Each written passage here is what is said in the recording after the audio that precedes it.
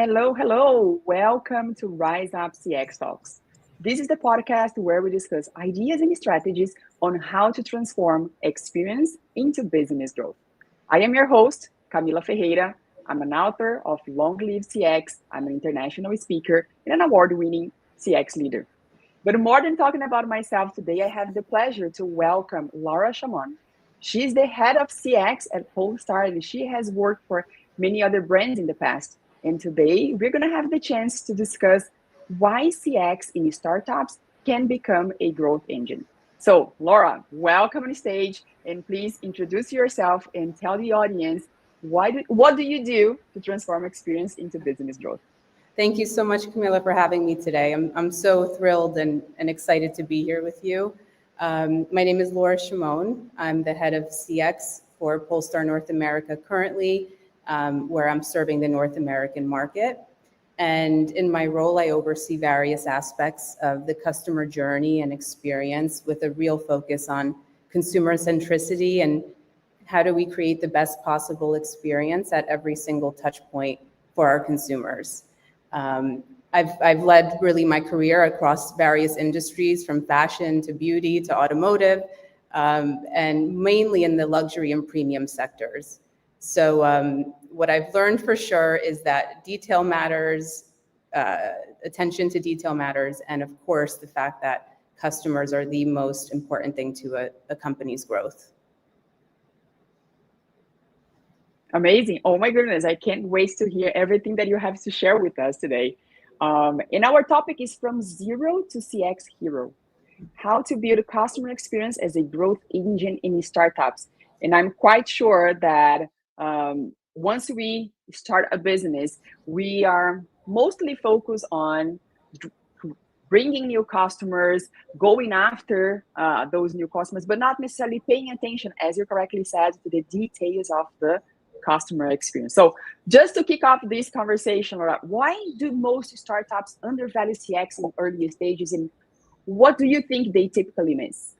Yeah, I think that's such a great question. And what I've seen, at least, in my experience, when many founders or new startups are just beginning their journey and building their brand, they're laser focused on product quality. They're laser focused on speed to market, on fundraising, which are all very, very, very important.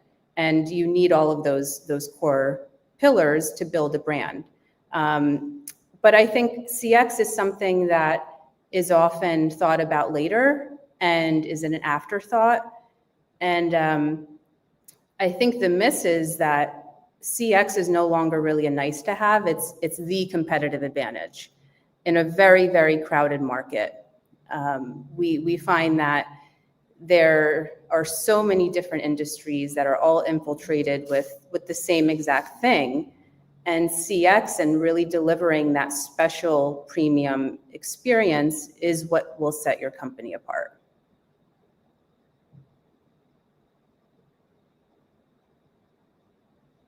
Yeah.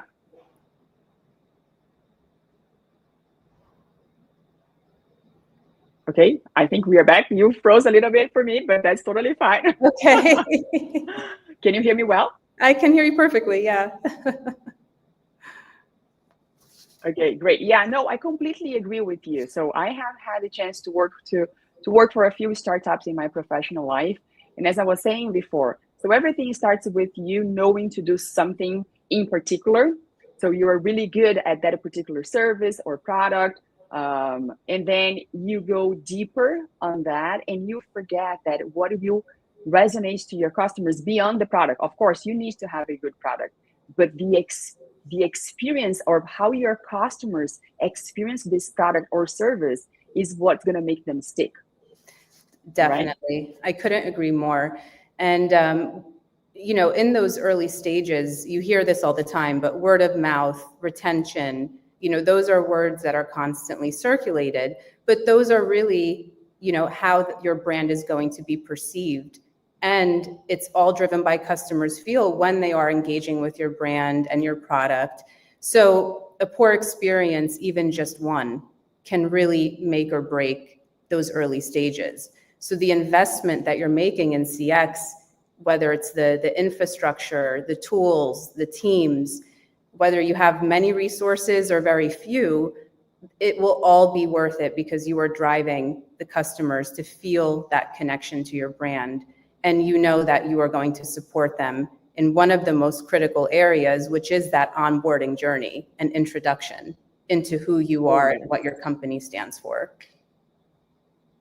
Oh, absolutely. I can agree more with you. And there's something you mentioned that it really resonated, which is the pay attention to the details. Mm-hmm. Because sometimes we are kind of building the journey and kind of looking to the journey from above, but we are not paying attention to the details, and they make a difference. Yes.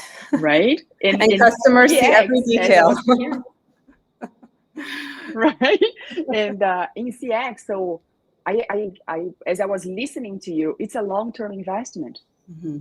And startups, most of the times, they are very much focused on the short term because, of course, they need to grow. They need to bring more clients in. Some of them are thinking of IPOing. It's very short term. But CX is what's going to sustain your long-term growth.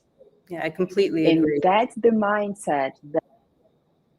mindset leaders must have when thinking about CX, particularly in startups. It's not one thing or the other.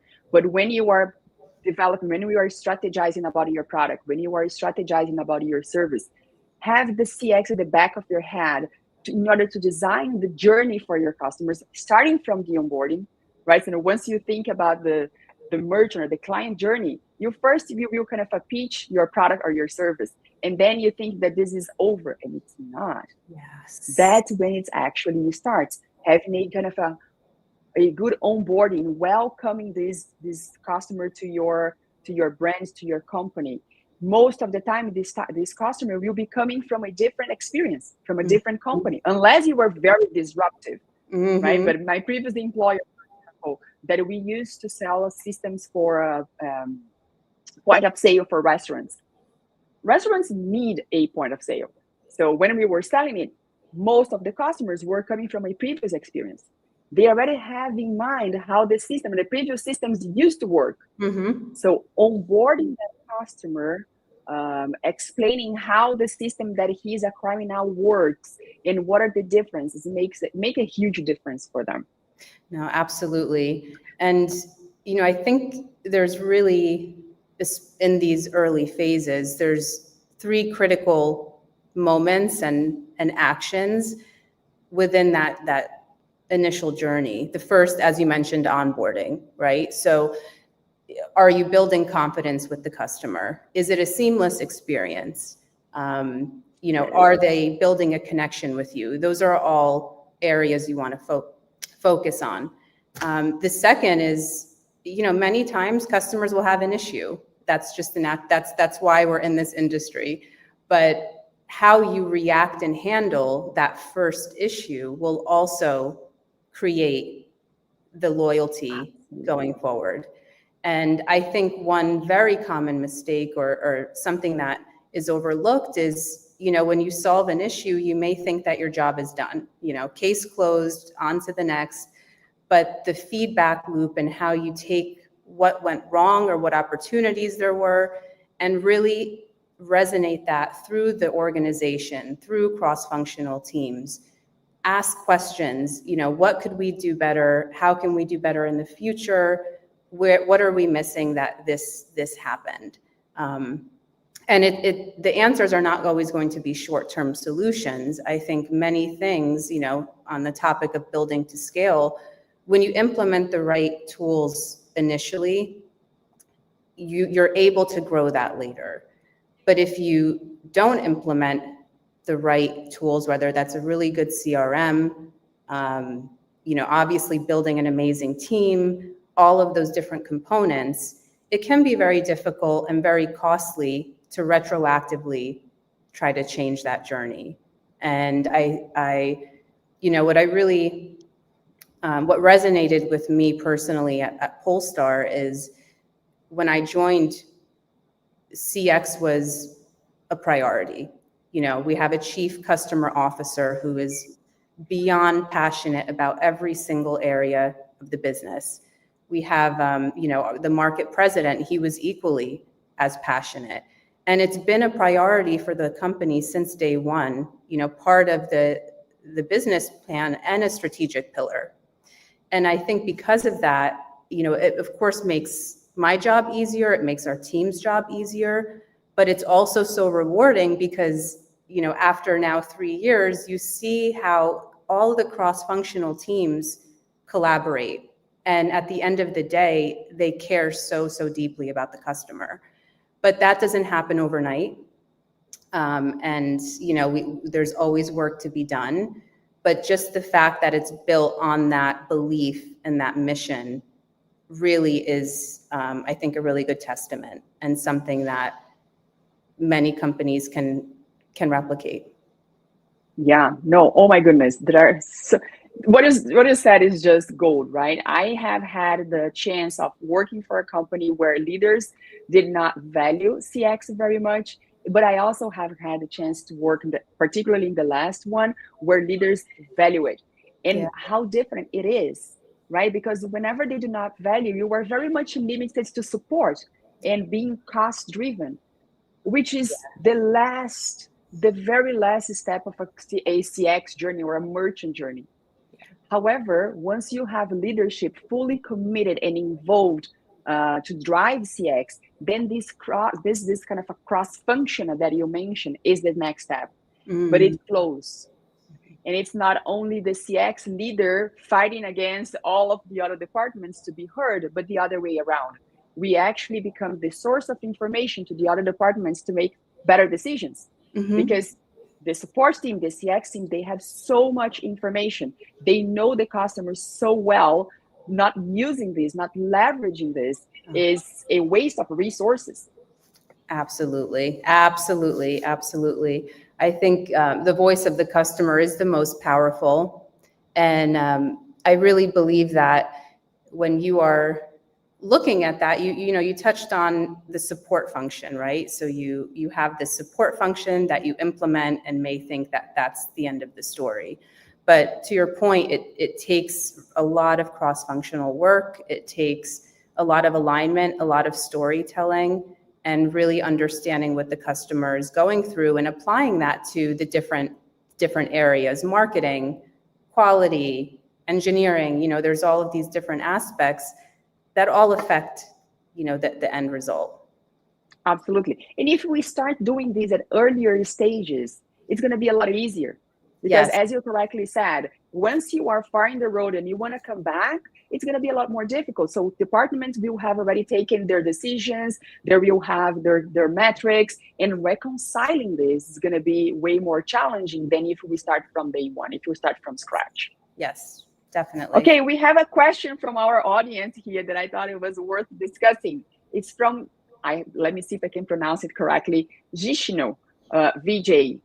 He's saying, product works, market fit found, but it's stuck. No funds left to scale or market it. What should I do? What would you tell him, Laura? That is a really, really good question. And when resources are limited, that is one of the toughest and most critical challenges, whether you're a startup or a big company.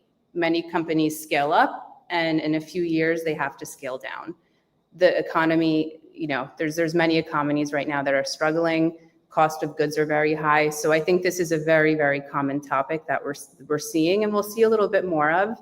And I would say when you are looking at where you stand, again, whether you're in the early stages or you're a large company, you really have to look at using your resources intentionally. So what I mean by that is you may not have all of the things that you want right now, but what you do have, how can you optimize that to fit the most important parts and the most important touch points? And an example of that, when we talk about premium CX or CX in general, the first question is, what does that mean for your customer? What is it that is the most important to your customer? Is it speed of service? Is it the quality of your product? Is it having a human being on the phone? Or does your customer prefer to talk to a virtual assistant or a chatbot? So those are really important areas that if you know what most of your customers want, you can invest a little bit more there or allocate some of your resources there. The second piece is really investing in those moments that matter. So Camilla, we touched on onboarding, issue resolution, product education. Those are things that will always stand. And I think that when you're looking at your limited resources, you're going to find which areas are really shaping the loyalty and word of mouth versus which things are just nice to haves for customers. And the last is really using the technology in a thoughtful way. I think with AI right now, there is a lot of pressure on everyone to keep up with what is happening. I think every day I get a new proposal in my email, inbox. Yeah, and it's, how is this different from the one I received yesterday? And you're getting really bombarded with this whole concept. But really, at the end of the day, it's it's automation. It's making things more efficient. It's taking the tedious work off of your teams, and those are all amazing things. But I think when you look at, if you're a new company and you're looking at all of these tools, it can be overwhelming. So I think it's very important to simplify what is most important to your customer and your brand. Because at the end of the day, efficiency should never come at the cost of empathy. And what I mean by that is the customer really still values a human being at the other side of the phone. They really do value having the personalization. They value being heard and being seen and feeling a connection to somebody within your brand. And with the AI piece, it's going to continue to grow and change, and it's the future, and we all know that. So finding that balance is important, but know where to extend your reach, know where to invest that. And in the beginning, I've found that depending on the industry, of course, and depending on the product, as I mentioned, the efficiency is super important, but the empathy piece is right up there with it. Oh my goodness. Polestar is so happy to have you. You are the best. There is so much to unpack in this answer, but just to wrap up, Shinu, I think this is how to pronounce a question. Yes, leverage your resources and your data. Mm-hmm. As I was saying before, yes. Right? So listen to your customer. Sometimes we try to re-engineer things and making things way bigger than it actually is, just because we don't ask customers, we don't leverage what they are telling us. Yes. As you said, say, hey, what do they prefer? So sometimes, maybe, I'm not sure what is the situation that this person is facing right now, but maybe you have the resources not necessarily best allocated to what your customers are looking for. Mm-hmm. And just by revisiting data, reviewing feedback, talking to some customers, right, which does not require a lot of funds and resources. Just call a few of them and say, hey, how is it working with us? How has been your experience? What kind of advice or feedback you have for us? Yeah. That's simple, right? Yes, yes. So agree. Yes, I hope it was helpful for you. And speaking of AI, the other thing that I want to touch base on is, as you said, I think that companies and leaders, they are being bombarded with different AI solutions at an hourly rate, right? So it's kind of a one email after the other. And I have been observing a few leaders just hiring or implementing AI for the sake of having AI. Once again, the most important part of it is your customer. Mm-hmm. Having a clear understanding of what you are solving for is what's going to help you to make the best decision. Maybe your decision or your solution is not AI. Mm-hmm. Maybe, as you correctly said, your customers are looking for talking to humans. So putting an AI will actually worse your brand rather than improving your brand awareness. So start with your customer. Yes. Listen to them. And I have had the chance to work for a big organization that I don't want to mention names here, very product driven, but in very well-known organization. It was like, guys, you are talking the company's language, not the customer's language. Yeah. Yes. I think that it has to be, we have to look for a great balance between innovation that is company driven, but also listen to what customers are looking for. Mhm. Because if you have the best kind of a product, but this is not what customers are looking for, it's almost worthless. Yeah. Right? So bringing the customer to the center of your decision making, and then looking for solutions that will address those needs, not the other way around. Yes, absolutely, absolutely. And when you think AI in general, a common question is, why aren't we implementing this? We need to do it faster. We need to keep up.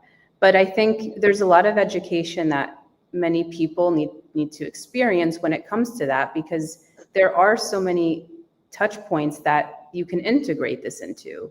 So it's important not to generalize what that is and what that means, and look at each part of that journey.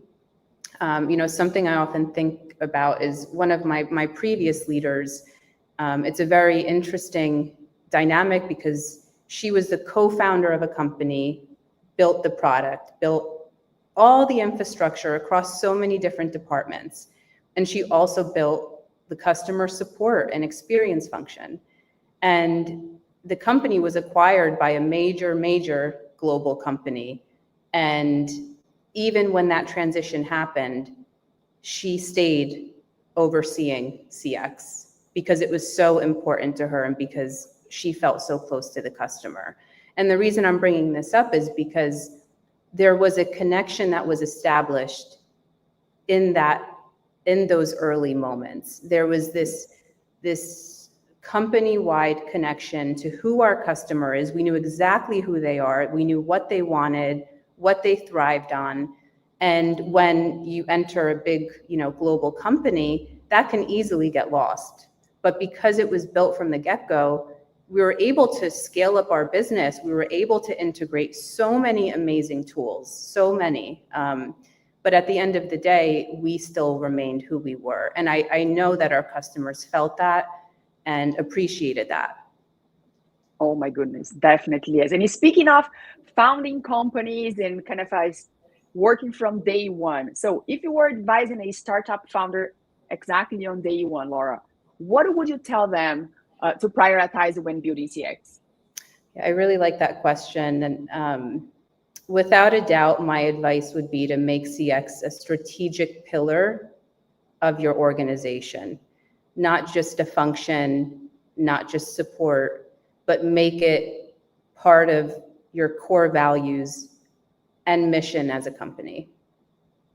Oh, absolutely. I don't think CX is a department. I think CX is the ecosystem of every single organization.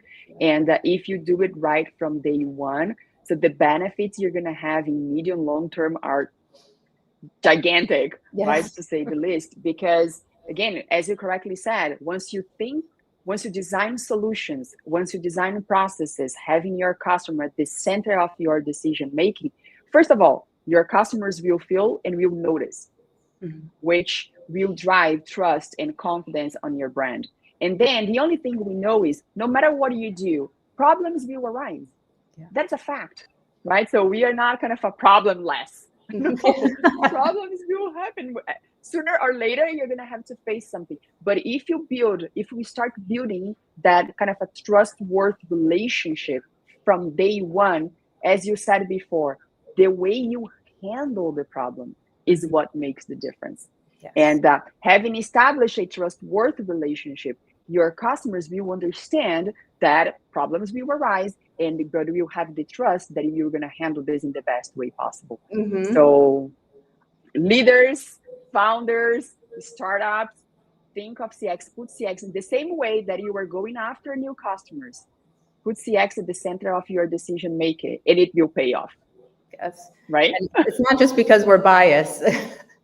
Oh, absolutely not. Absolutely. Absolutely not. And again, I have worked for organizations where I was very much limited to support, say, hey, Camille, you know what? efficiency, efficiency, efficiency. We got to do more with less. And it was hard for me to keep the team motivated to start with. Yeah. Right? Because they know it and they feel it, that they are a cost center. Then the team feels underappreciated. Because as I said before, tell me the department that has more contact with customers than support. Yeah. And tell me the department that knows more about customers, about what they like and what they do not like than support. Yes. But by the time you limit to support to be kind of efficiency driven, and you do not listen, because they are the ones who can voice over the customer needs or the voice of the customer. But if you do not allow them to voice that over, how do you think they're going to feel? Underappreciated. Yeah. But yeah, so it was really hard for me because I had to come up with thousands of ideas to keep the team motivated and try to leverage the information that I had in my hands as much as I could, but in a very limited scenario. On the other hand, once I had the chance to operate and bring other departments along, and I put myself in a situation where I was giving them information, say, hey, product, this is what customers are telling us. Do you want it? How do you want it? And we start connecting and engaging and collaborating with the other departments, then things flow. So don't wait too long to create this ecosystem, because it's going to cost you a lot to reconcile things later on. No, absolutely. And, so there's support and anybody on the front line, anybody who's directly engaging with customers, whether that be in person or behind the scenes. All of that feedback is important. And to find that perfect balance of, utilizing that feedback, utilizing the data that, you obtain through marketing or different other departments through CRM, and making sure that you're not just focusing on those short-term fixes and short-term solutions. Think about your customer now and really try to understand how we can grow this relationship in the future, and how you can connect with the broader audience, what's working with them, what's not working. And I think that it's forever evolving. I think that CX means a lot of different things to different people. And it's important that every leader finds what it means to them first. And I can't agree more. Yeah, if people agree with you, that's amazing. If people don't agree with you, you still have to push forward, because you want to do what's best for your company, for your brand, for your customers, to build that loyalty and to really showcase the ROI at the end of the day and the value of having CX. And yes, ROI. Absolutely. Okay, I have one more question here for you, which is, what are the key moments, Laura, where early CX choices either accelerate or undermine long-term growth, in your opinion? Yeah. I think because you mentioned in the early CX choices, and I think that's a key word. And I've said this a few times, but if you don't make CX a priority within the first 6 to 18 months of launching a brand, because listen, it's not easy. It's not easy to build anything. You're investing time, resources, limited resources, limited headcount. Many times you hear about founders or startups where it's just 2 people who are building something with passion and with grit. And that is so respectable. And I truly believe in that. But even when you're thinking about those early stages, when you're optimizing and really looking at the customer journey and trying to build that, and not just focusing on product and all of those other areas, focus on the key touch points. Focus on, for sure, the onboarding, because I believe that is absolutely an accelerator. I believe that really creates the CX engine, that you can really get the company involved with. And then from there, you move into the next key touch point is how are you keeping them engaged? How are you keeping them engaged with your company and connected to it? How are you keeping in touch? CRM, is it in person? Is it one-on-one? You know, there's different ways that every company goes about it. But when you're looking at those first moments, onboarding is definitely a growth accelerator. And the second piece is how are you now retaining them as a customer? Did they purchase once and leave your brand? Did they purchase once, come back with an issue, and then leave the brand because they weren't satisfied? Or did they come, they stayed, they're a repeat customer? Okay, why are they a repeat customer? You know, looking at that, especially when you have early adopters, is very critical. Because the early adopters, I think that the most special thing about that is there's something about what you're offering that resonated with them. And you can often think, why us? You know, why this brand? Why our product? Is it just the product itself? Are we filling a gap in the market? All of that is wonderful and great. But when you look at the long-time growth, how do you build a brand that grows over time and is not just something that'll last for a couple years? And when you look back at all the data, you look and say, we could have retained so many customers if we only showed a little bit more connection and appreciation and support for their journey. Oh my goodness, this is gold. Yes, yes to absolutely everything you said.